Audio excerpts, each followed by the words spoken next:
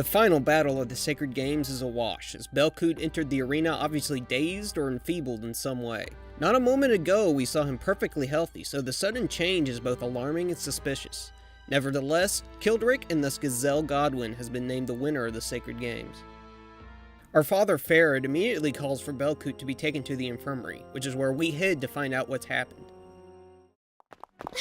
Belkut! Is he all right? I said, how is he? Is he going to be all right? Please, calm down. Have you no manners? You shouldn't be shouting at an injured man's bedside. Right. Sorry. His injuries look worse than they are. It seems they're all superficial, nothing life-threatening. I see. Thank goodness. But it looks like he was put to sleep with magic or a drug. What? Is that why he was so unsteady? But it couldn't have been magic. True. The rune keepers keep a close watch, so if magic was used, they'd know right away. So the only possibility left is a drug. But I don't see any evidence of that either. What do you mean? Aren't doctors supposed to be able to spot something like that? I'm just as confused as you are.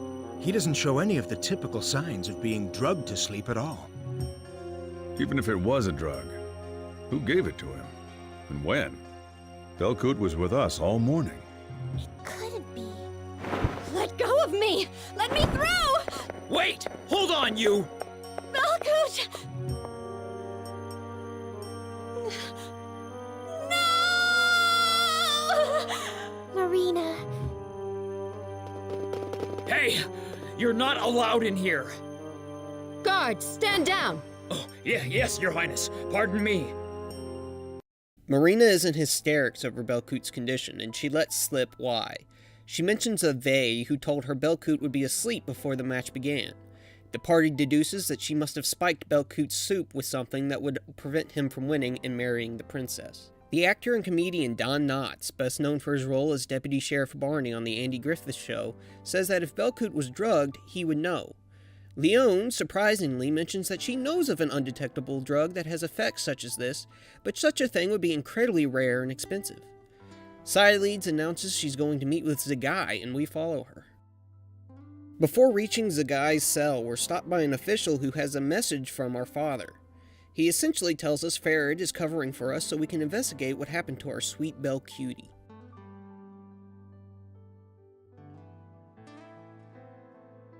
We meet with Zagai, and Sileeds asks him if he truly had anything to do with the Armée spies he was caught with.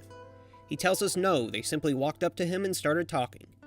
He says he didn't bother fighting the accusations because he was indeed born in Armés, and the people of Felena, especially the Godwins, have already judged him. Note that the dialogue choice here about whether or not we believe Zagai isn't important to the overall story, but will have consequences later on, which I'll get to. It's much later on though, so I'll be sure to remind you. Sileeds puts things together and is convinced all this is a result of Gazelle's scheming. She says it likely wasn't a singular plan of his, but the result of Gazelle meddling in everything he could. She shows particular disgust at the notion of him manipulating Marina. We decide that we must tell the Queen what we know of our theories and head to her room. On our way, we stop by the Queen's Knight's room and speak to Elenia, who admits that her man Godwin likely cheated, but such a victory is nonetheless necessary.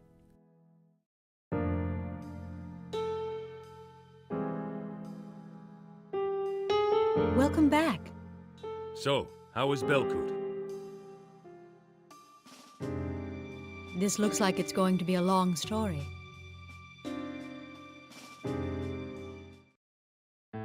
Thank you for telling us. But everything you've said is just conjecture, is it not? But... We understand. Your guesses are probably correct. Thank you for finding out so much in such a short amount of time, but there's still no proof of who was behind all of this. Isn't that right? That's true, but... But even if it is the truth, we can't take action based on conjecture. Arstad?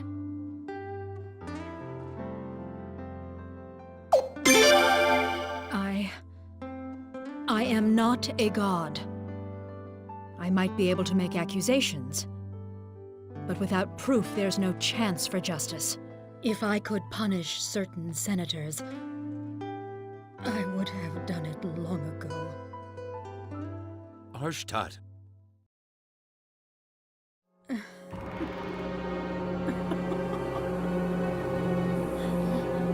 Arshtat? Of course. How foolish are we? There's no need for me to put up with any of this. All I have to do is become a god. After all, I am omnipotent, and I have powers befitting a god. Arshtat! Your Majesty! To begin with, I must bring down judgment upon Lord Godwin for making a mockery of me and my beloved children. I'll do to Stormfist what I did to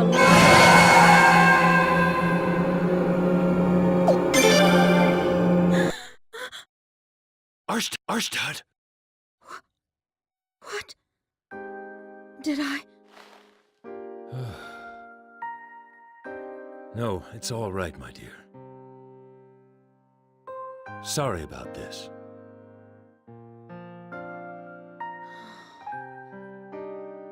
Let me discuss this further with Farid.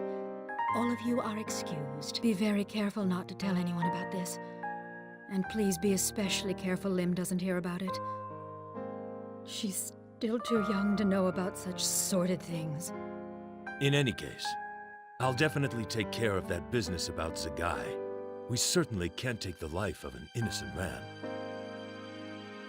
Yes. Thank you, Farid.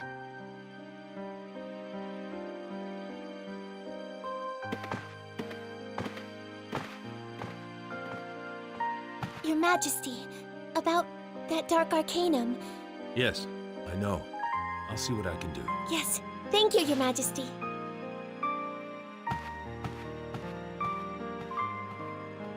Leon wakes us up the next morning, telling us we should see the Queen and the Princess. First, though, we stop by Sayalid's room to see her, where her handmaid tells us she's sleeping after a night of drinking. We decide to let her sleep. We head to the Queen's room, where Arshtat tells us she understands our concerns and she intends to act on them, but speaking too much about it here in Stormfist isn't wise. Farid says we should get ready to return home and that we should say goodbye to the people we've met here, which we do.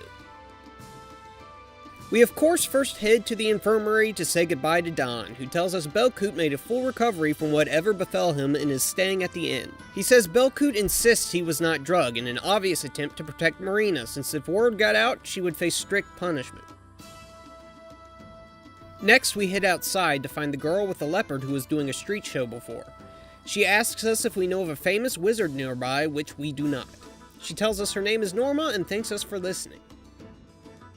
Below her still resides Gavaya, who thankfully does not ask any children to marry him. To the east we find Egbert, who was forced out of his underground home when Gazelle suddenly had the entrance closed off. He's not happy about that.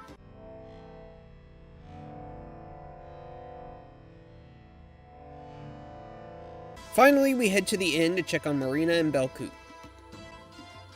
We find Marina attending to our recovering Belkut upstairs, where Belkut tries to make the excuse that he simply slept too little the night before the match. Eventually, he concedes that he just doesn't want any trouble for Marina and the innkeepers, and if his loss has to stand, then so be it. We say our goodbyes and return to our father. We tell him we're ready to go, and we skip ahead to us doing just that. The royal family and the Queen's Knights meet the Godwin men at the pier and exchange overly polite, informal farewells. Before we leave, however, Zagai is escorted to our ship, where Farid and Arshtat tell Gazelle that they are taking him in for questioning. Obviously, this is a ploy to save Zagai from being executed, but Gazelle has no choice but to accept it. We set sail and are treated to yet another scene of Gazelle being a shitheel.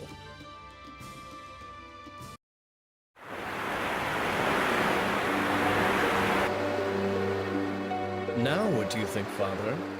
All we have to do is wait for our opportunity and seize it. You did well. But you know, Gazelle, people do change. Huh? The prince.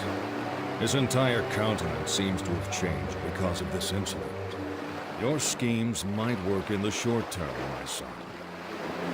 But you may well be planting the seeds for future problems. Well, possibly. I'll take your warnings into consideration.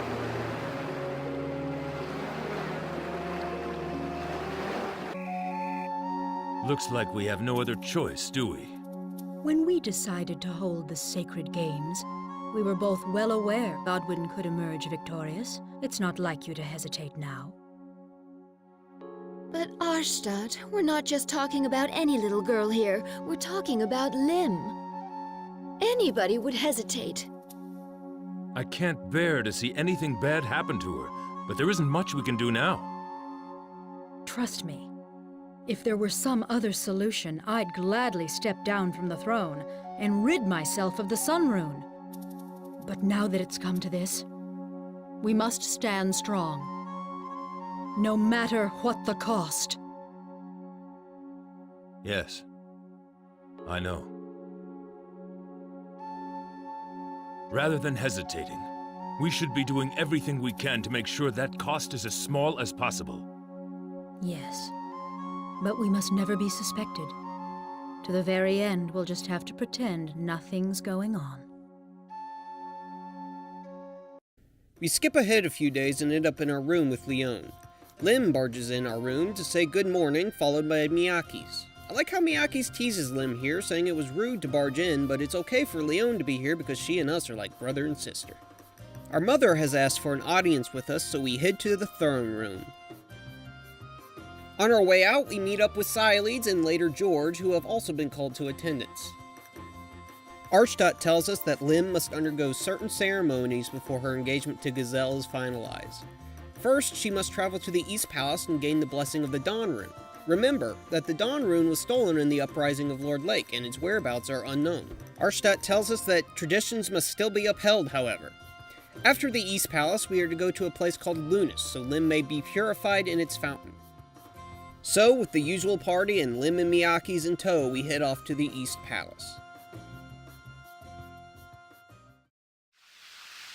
Let our mercy as deep as the Fetas, and our authority as powerful as the sun, be revealed to the entire world. Let our mercy as deep as the Fetas, and our authority as powerful as the sun, be revealed to the entire world. On our way out of the palace, we see Kyle, who bemoans that he isn't coming with us. Apparently Farad specifically told him he couldn't go. You know, we meet up with a lot of people while we're leaving places. Anyway, before we start our journey, we take some time to prepare in the city.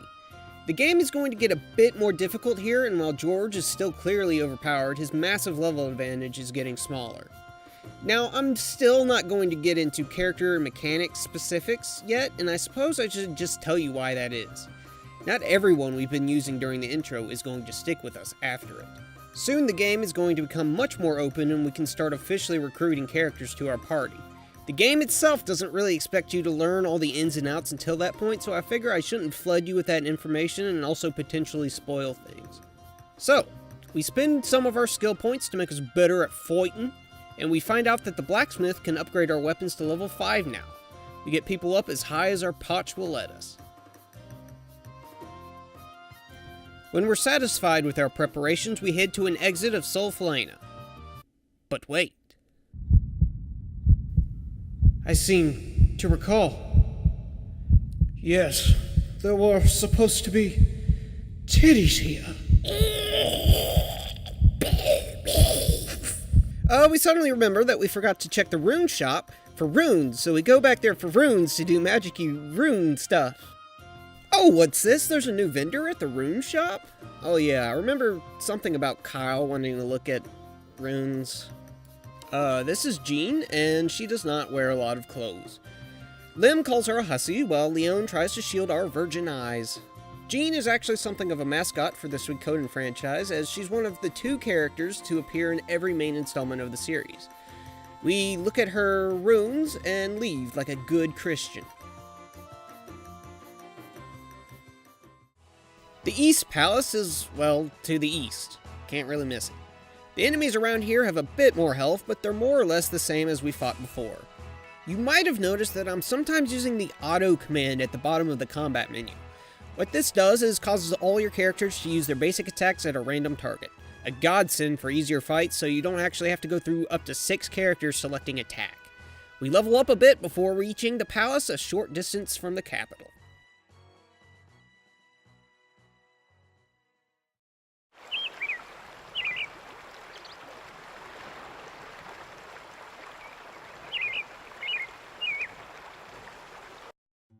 There isn't much to the East Palace. Most of the people around here will simply welcome you and grovel. They do make mention that repairs are still ongoing, however, after the raid when the Dawn Rune was stolen. We do a bit of stealing on our own and find a chest in a house containing the Arrowhead tactic. This is an aggressive tactic that puts one character in front of the others and gives everyone a bonus to their physical attacks. Outside, we find another chest containing a pair of glass slippers, which fit nicely on Sialeeds.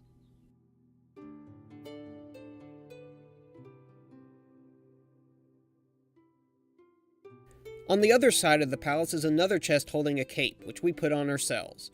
Badass. Below that chest, we talk to a woman who gives us a warm welcome and some cheesecake, which is hopefully not as warm. For the most part, food items heal you, but not as much as regular medicine, kind of like in Pokemon. Finally, we find a hidden chest near the water containing a sleep orb. This is a rune, and our first passive one we found. Yes, not all runes give access to magic, there are all sorts of effects, as we'll find. The sleep rune gives whoever has it equipped a 30% chance to put the target of their basic attack to sleep. In order to equip a rune, we have to take it to our rune master first, and, well, good Christian and all that. Entering the palace proper, we meet an official who tells us what we have to do. Lim has to enter the rune room and come back out. That's it. Basically everyone remarks how pointless this seems, but I guess we'll go along with it. Only members of the royal family are allowed inside, so we go in with Lim and Sialeeds.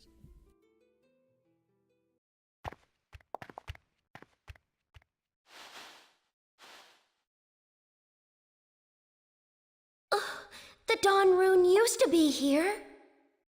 You know, now that I think about it, it seems like a lot of things started going haywire after the Dawn Rune disappeared. If only we knew where... Have you still not found it? The Dawn Rune. Have you found it or not?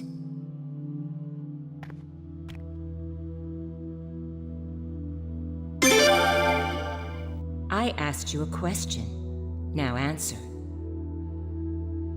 He asked you who you are. You're the one who'd better answer. The whereabouts of the Dawn Rune are still unknown. Happy now? That's what happens when incompetents are left in charge. Stop right there! Do you know who we are? How dare you insult the royal family of Falena like that? A royal family that can't even keep track of the runes that are symbols of its country? Don't make me laugh. What? Wait! Let me go! She's not walking away without a punishment! Leave her be, Lim. There's something really creepy about her. No! You're not in charge here! Come on! We're going after her! We exit the rune room to find the mysterious woman is gone. Not only that, but no one else saw her enter or leave. The official states that there are no other entrances to the room, so creepy. Miyake's teases Lim by suggesting it was a ghost. We leave the investigation to the people here and head off to Lunas. The game doesn't really give good directions on how to get to Lunas. The first time I played this, I ended up being pretty overleveled for this time in the game just because I wandered around forever. We leave from the eastern exit of the East Palace and head north along the river. Eventually we come across a bridge and a rock formation that marks the location of Lunas.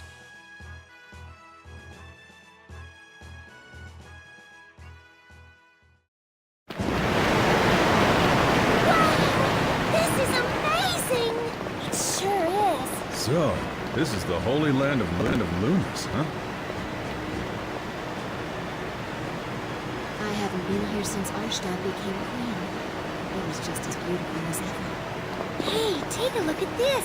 The water's so sparkly here! Is there something in the water? It's gold dust. You can find deposits of gold up the river from here. I've been waiting for you. Allow me to introduce myself. My name is Isato. I'm the Oracle's assistant. The Oracle instructed me to come meet you.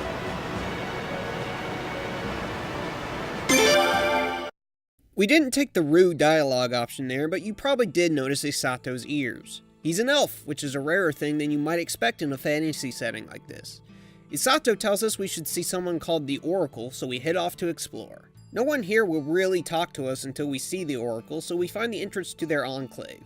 Outside of it, we find two chests containing a jeweled necklace and a defense ring. The necklace is nice, the ring is not. Above them, we find...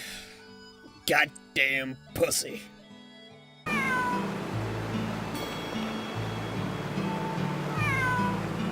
We attempt to push the cat off the ledge for its horrible words, but I suppose being on the wrong side of history will have to do as punishment. Remiss, we enter the conclave. Oracle, I've brought the princess and the others. Oh my goodness! I can't believe it! Oh, look how big you've gotten!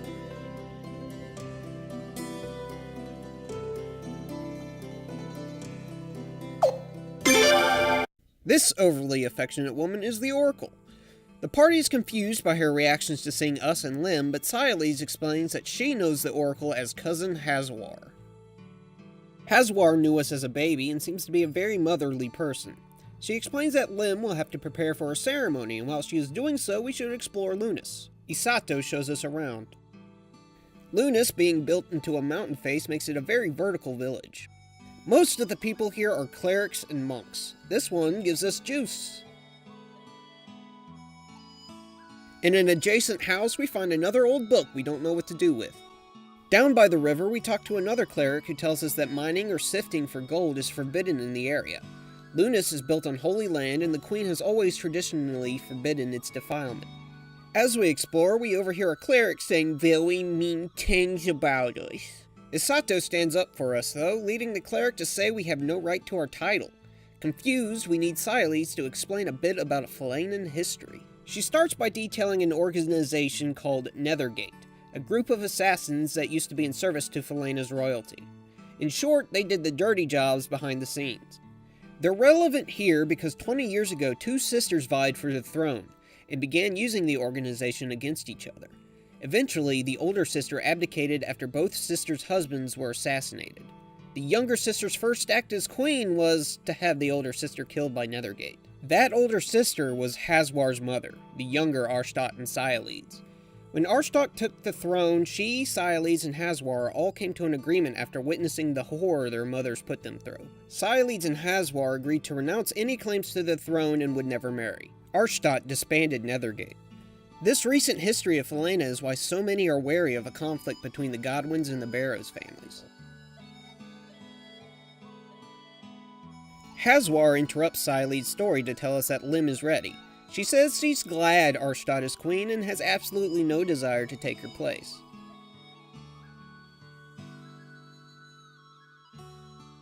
Before we return, we find a chest containing a water orb, a rune that'll let us be cool like Kyle and use water magic. We find another with a magical piece.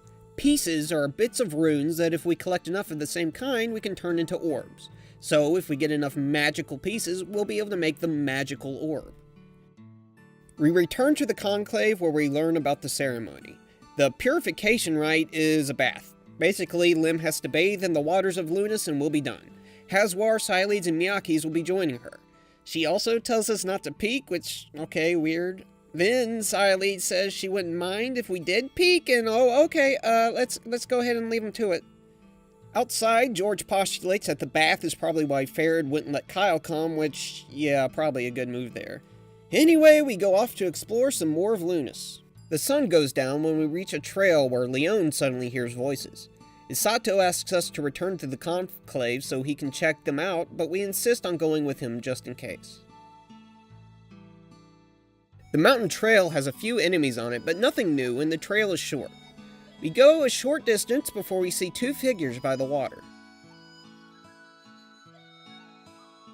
Oh, no. I don't think this is gonna work at all. Would you shut up? It's so dark I can't see. Are they collecting gold dust? How dare they? Isato. What do you think you're doing? Uh-oh, quick, put out the lamp. Oh, okay. Oh, I can't see a thing! Lon, where'd you go? Over here, Pop! Over where?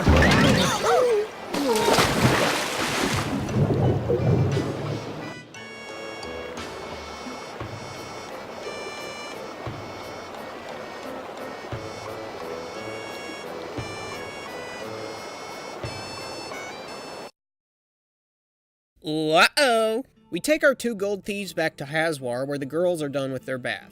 We learn that this is Log and his daughter Lun, and they're a kooky duo! They hail from Wrathfleet, essentially a roving barge of ships that have been turned into a moving city of sorts.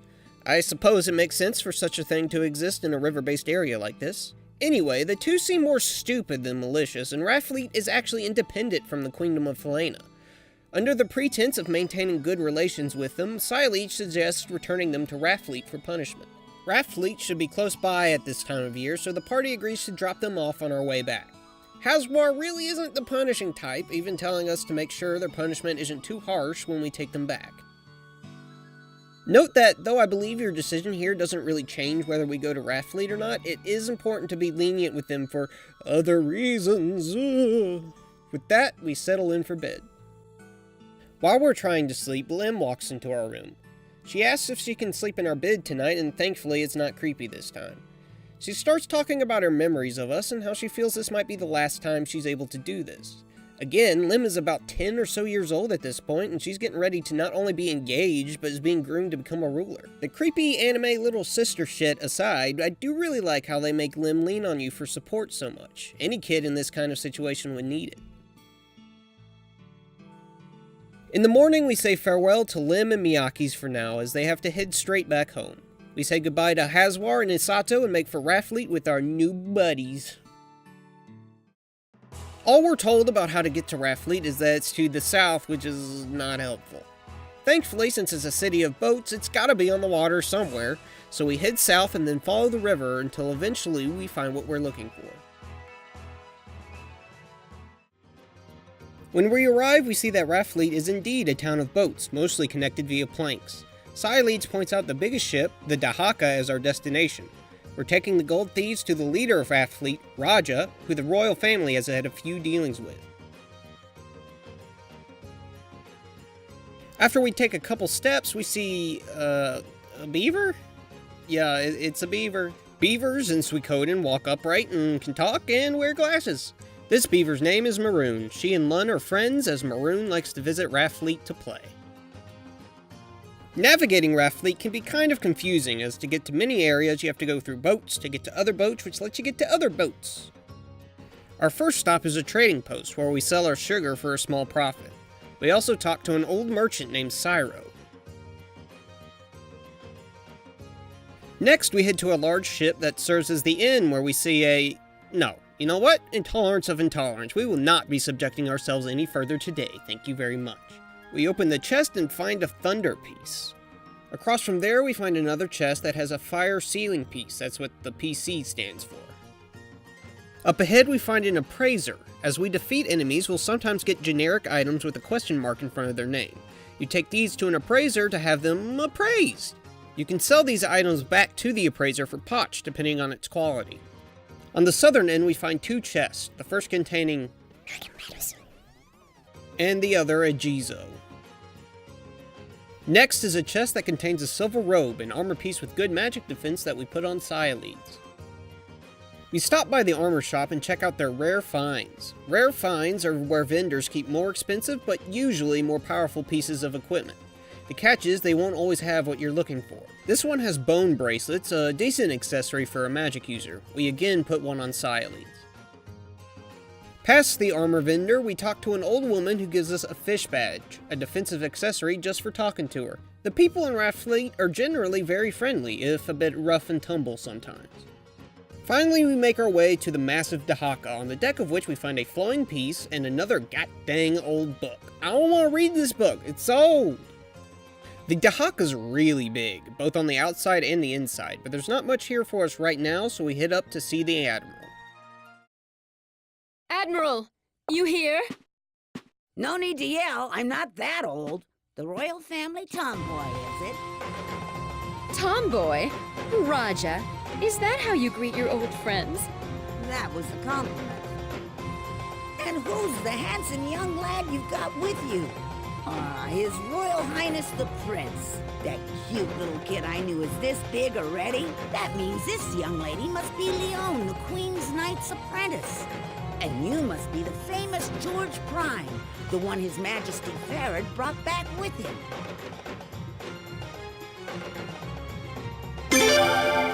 We have indeed met before, or at least she met us as a baby. Raja here actually used to be the Falanan Navy Admiral before she retired and founded Rathfleet. The woman next to her with the enormous runes is Kasara, the mother of Lun and wife of Log. Raja is very disappointed in Log and Lun, but leaves their punishment up to Kasara. Raja mentions that this is partially her fault as she tasked her citizens with finding gold as it's gone up in price considerably. This is apparently because many nobles are using it to hire mercenaries as protection during the current political climate. With that, we're done in Rathfleet for now.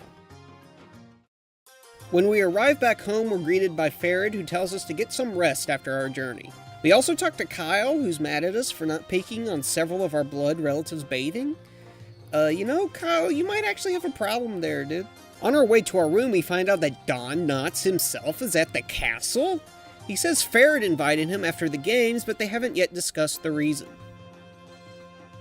Next, we learn that our mother wants to speak with us in her chambers behind a throne. Leon gives us some privacy as we view a touching scene. Oh, welcome home. Isn't Leon with you? I see. She wanted to give us some time alone, did she?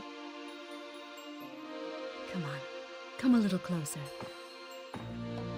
So you made friends with not only Hazwar, but Raja too, did you?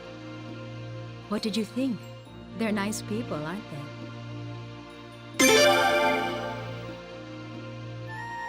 Getting the support of those two will prove to be very helpful to you someday, I'm sure. And that day might not be very far away, I'm afraid. Gazelle is coming the day after tomorrow. I want you to know we're not just waiting around without any plan. We're taking every measure we can. We're certainly not going to let Godwin have everything his way. I wanted to tell you at least that much.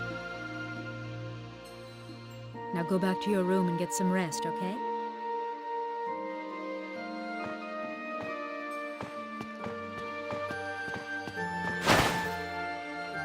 You've grown so much. Pretty soon, you'll be taller than I am. A great big man like your father Farad. I've really been blessed with wonderful children. Both you and Lynn.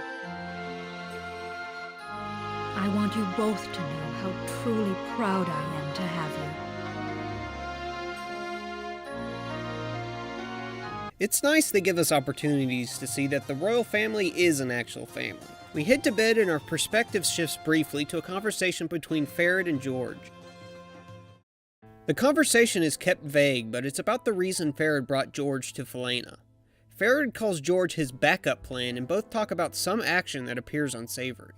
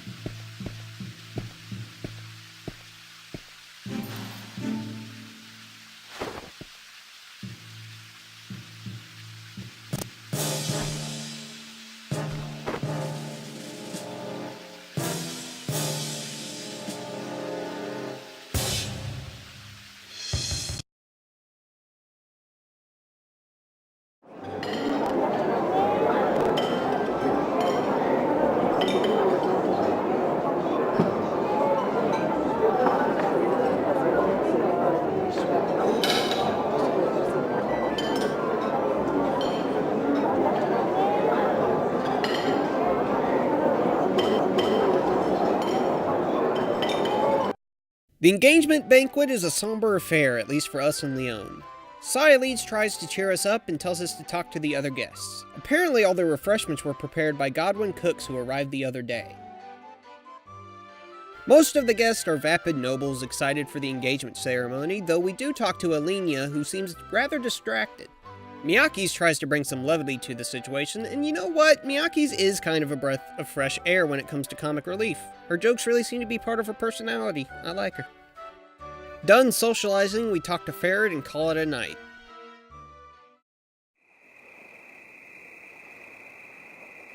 Gazelle, evening, sir. Is the banquet over already, sir?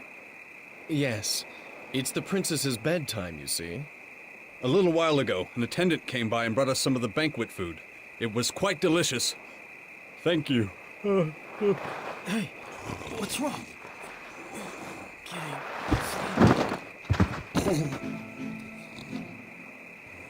Gazelle, sir. Please wait aboard the ship, sir. We'll come see you when it's over. Very well.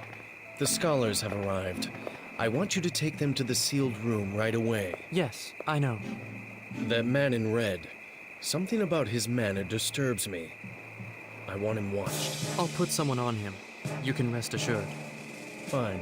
Do that. Gazelle, sir. What about Lady Leeds? Worried about the lady, are we? How sentimental of you. You have your orders. Just do as instructed. Yes, sir.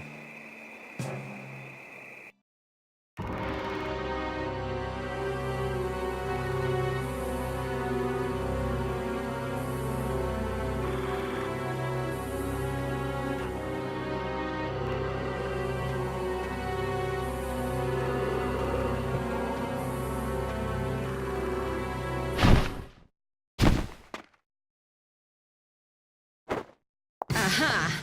Caught you.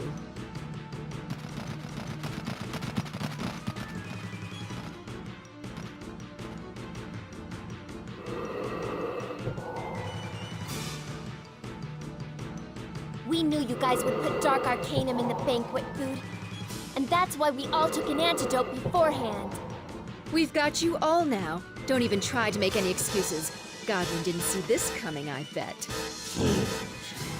What did you say? The reason we used that drug was so we wouldn't have to sacrifice so many of you. Now there's only going to be more unnecessary bloodshed. Give up! You have no chance! Is that so?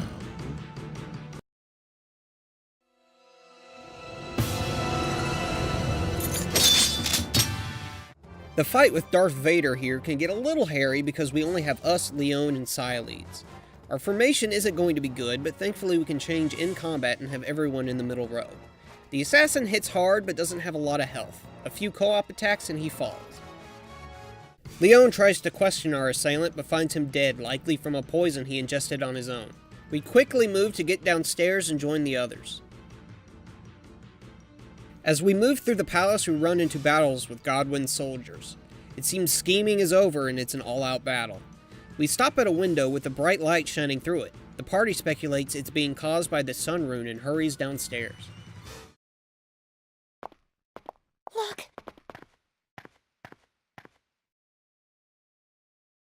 Too late? He only has one wound.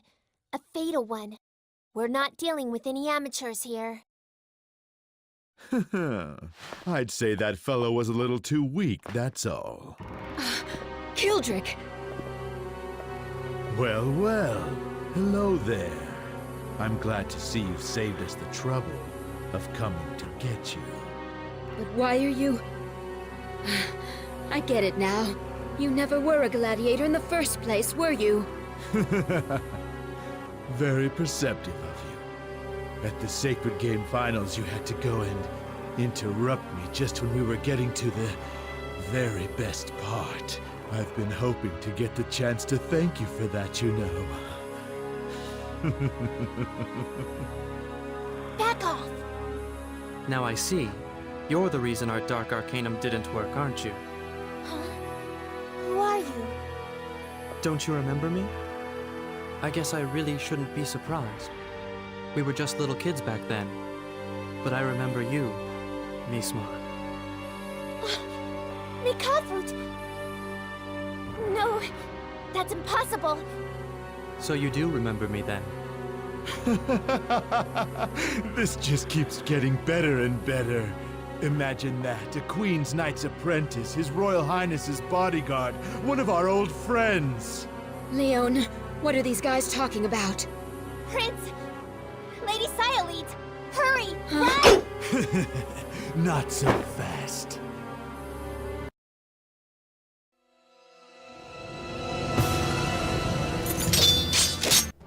This is what I like to call a supposed-to-lose fight. A lot of RPGs do this, where you're thrust into a battle that's really hard and you use all your items and turns out you can't win anyway. Now you can actually win this fight as hard as it is, and I try my best, y'all, but I'm just not good enough. Unfortunately, they focus down Leon immediately, and I forget to put a Jizo on her, leaving the Prince and Cyaleeds to be easy pickings.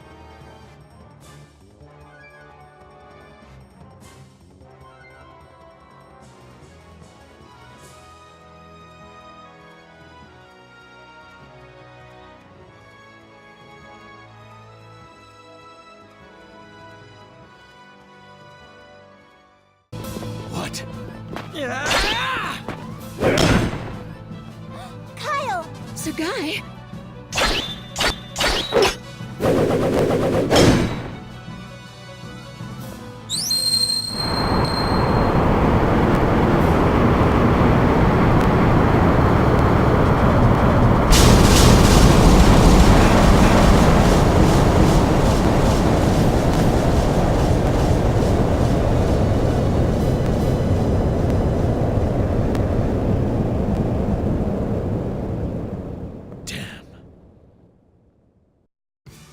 Kyle and Sagai come to our rescue and tell us to get out of the palace.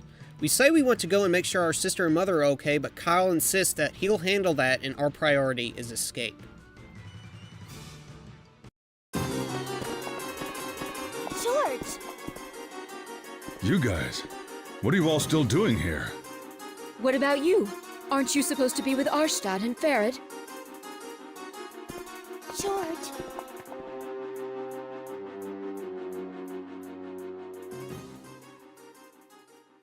The Queen and Farad, they're dead.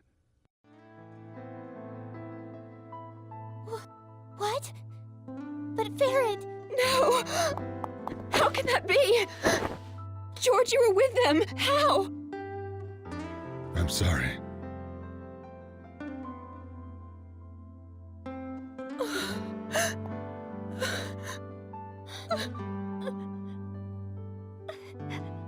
I'm sorry, but there's no time to grieve now. The Sun Palace is about to fall. You've got to get out. Wait. Just a minute. If Arstad is dead, then that means the Sun Rune must have gone back to the sealed room. That means if Godwin gets a hold of it... Kyle went to the sealed room for us. All you have to do is concentrate on getting the hell out of here.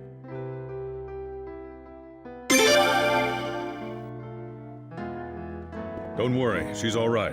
Miyake's and Galleon are with her. Leave Lim to them.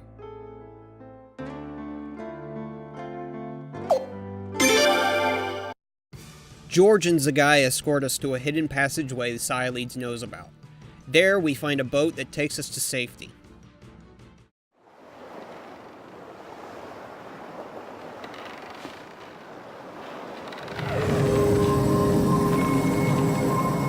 That light! The Sun Rune. It's returning to the sealed room. It's true then.